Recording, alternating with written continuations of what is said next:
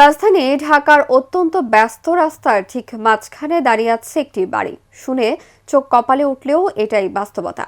আগারগাঁও থেকে শিশুমেলা পর্যন্ত সৈয়দ মাহবুবুর মোর্শেদ সড়কেই বাড়ির অবস্থান।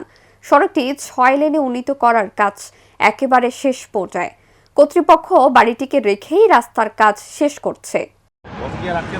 আচ্ছা, এই যে এখানে এই বাড়িটা দেখতে পাচ্ছেন, এটা হচ্ছে আমাদের জন্য অনেকের প্রবলেম হয়। সাধারণ মানুষ বা ড্রাইভার বলেন, যে কেউ না কেন এখান থেকে চলতে গেলে ঝামেলা হয়, কারণ এরকম রাস্তার মাঝে এখানে কোথাও বাড়ি নাই, এরকমের কোথাও নাই।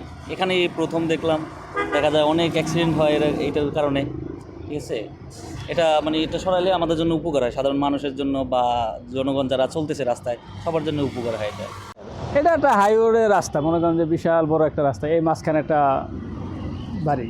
এখন মনে করেন যে এটা তো অসুবিধাই, গাড়ি চালাতে গেলে যে কোনো টাইমে একটা কোনাটা লাগিয়ে দিতে পারে, একটা দুর্ঘটনা করতে পারে, এরকম হইতে পারে, এটাই স্বাভাবিক।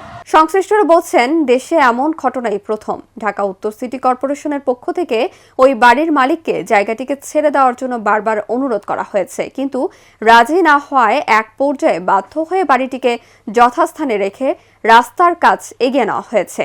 দেশে তো বটেই, বিদেশেও এমন ঘটনা বিরল।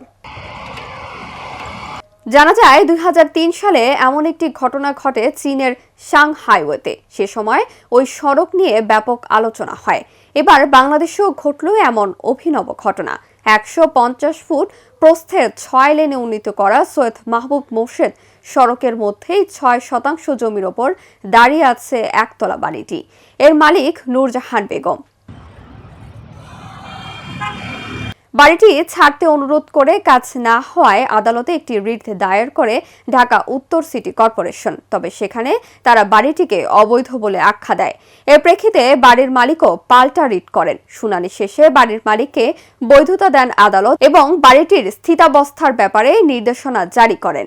চালকরা বলেছেন, এটির জন্য অনেক সমস্যা পোহাতে হয়। এমন মহাসড়কে এটি বেমানান। হ্যাঁ, অনেক সময় রাত বিরাত্রে গাড়ি চালায়, এইখান দিয়ে আসতে তো প্রবলেম হয়।